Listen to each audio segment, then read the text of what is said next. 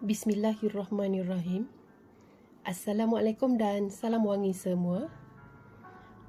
Baiklah, hari ini saya ingin menunaikan permintaan seorang rakan maya yang meminta saya membaca buku. Maka hari ini saya ingin membaca satu bab dari naskah Coronavirus Hikmah dalam Musibah yang telah ditulis oleh Tuan Haji Arifin Mamat. Untuk makluman semua, Tuan Haji Arifin Mamat yang juga mesra disapa sebagai Pak Pin merupakan bekas pesakit COVID-19 pertama yang berkongsi kisah di medsos.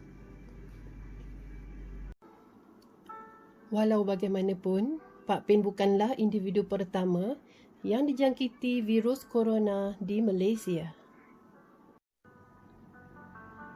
Bismillahirrahmanirrahim. Bab 2, Muka surat 7. Sejarah jangkitan COVID-19 Pak Pin. Keraian anjuran kementerian. Saya sebenarnya telah menghadiri satu majlis anjuran kementerian pada 27 Februari 2020. Saya bertemu dan bersalam dengan ramai orang di dalam majlis tersebut. 2 hari kemudiannya, saya diberitahu bahawa salah seorang daripada individu yang saya bersalam itu telah disahkan positif COVID-19. Allahu Akbar. Secara spontan, saya rasa marah kepada individu tersebut kerana telah hadir ke majlis itu walaupun dalam keadaan tidak sihat.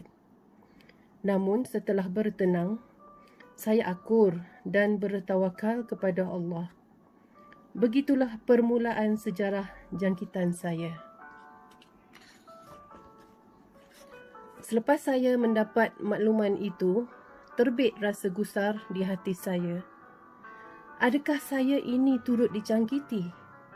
Jika saya juga telah dijangkiti, maka sesuatu harus dilakukan agar saya tidak menyebarkannya kepada orang lain.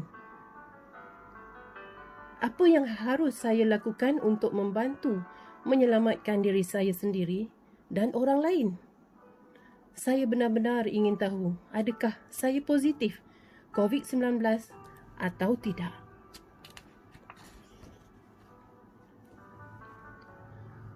Saringan kali pertama di Hospital Tawakal, Kuala Lumpur. Pada hari Ahad, 1 Mac 2020, seorang kontak rapat saya telah disahkan positif dijangkiti COVID-19. Waktu itu, saya tidak mengalami sebarang simptom, namun merasakan telah menjadi kewajipan kepada saya untuk membuat ujian saringan meskipun tanpa dipanggil oleh pihak hospital. Bertitik tolak dari situlah, saya telah memulakan langkah pertama dengan pergi membuat saringan COVID-19 di HTKL, Jalan Pahang, Kuala Lumpur. Amirul, yakni anak keempat saya, telah memandu kenderaan dan menghantar saya ke hospital tersebut. Saya dan Amirul memakai face mask sepanjang masa berada di HTKL. Pada waktu itu, saya sebenarnya belum tahu bahawa saringan COVID-19 hendaklah dilakukan di hospital awam. Sewaktu di HTKL, saya mendapati mereka telah bersedia bagi melakukan ujian asas berkaitan COVID-19. HTKL telah mewujudkan satu bilik khas untuk memeriksa sesiapa sahaja yang disyaki membawa virus corona. Jadi, saya telah ditempatkan di dalam bilik khas tersebut. Kemudian, seorang doktor yang berpakaian keselamatan yang lengkap ala-ala angkasawan telah datang memeriksa saya secara fizikal. Maksudnya, mengambil suhu badan, memeriksa tekanan darah dan tekak saya. Seterusnya, beliau telah memberi surat rujukan sambil menasihatkan saya supaya ke HKL. Jadi saya pun bergegas pula ke HKL untuk melakukan saringan yang seterusnya. Hospital Kuala Lumpur.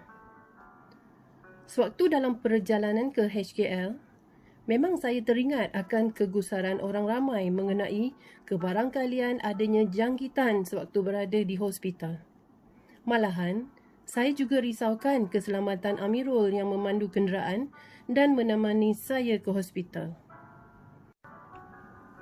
Pada saya, jika kita pergi ke HKL atau mana-mana hospital dengan memakai pelitup hidung dan mulut dan membuat persediaan setelah mengetahui langkah-langkah untuk menjaga diri seperti membersihkan tangan dengan sabun dan tidak ada kontak dengan sesiapa pun sewaktu melakukan saringan, maka itu merupakan langkah yang selamat.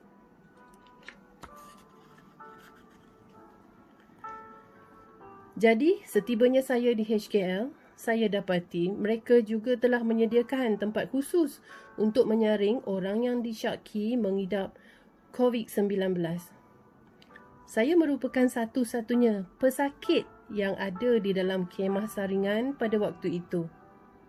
Tak lama kemudian, ada beberapa orang pesakit lain tiba dengan ambulans dan pemeriksaan secara fizikal telah dilakukan oleh doktor ke atas diri mereka.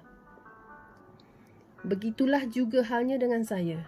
Sekali lagi saya diperiksa secara fizikal oleh doktor, iaitu beliau mengambil bacaan suhu badan saya, merekodkan carta blood pressure, memeriksa tekak dan saluran pernafasan saya.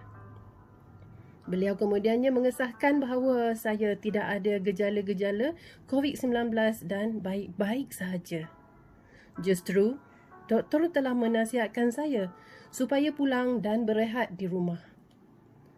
Doktor mengatakan saya baik-baik sahaja walaupun saya ada mengidap batuk-batuk sedikit. Itu adalah kerana saya telah mendapat penyakit batuk sebelum COVID-19 tersebar merata. Maksudnya, saya batuk seminggu sebelum menghadiri keraian anjuran kementerian tempoh hari. Sewaktu pulang, doktor telah membekalkan ubat batuk jenis cecair untuk saya ambil mengikut jadual yang ditetapkan dan memantau keadaan diri di rumah sendiri. Walaupun saya dibenarkan pulang, naluri saya terasa berat untuk menerima bulat-bulat kata-kata doktor yang memeriksa saya. Saya telah memendam sedikit rasa kecewa kerana tidak ada sampel yang diambil oleh pihak HKL. Meskipun begitu, saya tetap akur dan apabila sampai di rumah, saya telah membuat keputusan sendiri bersama keluarga saya. Kami telah sepakat untuk impose self-quarantine selama 14 hari atau sehingga kami pasti kami selamat daripada penyakit yang berbahaya itu.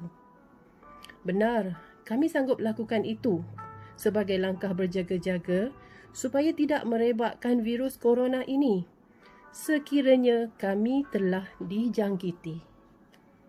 Terima kasih.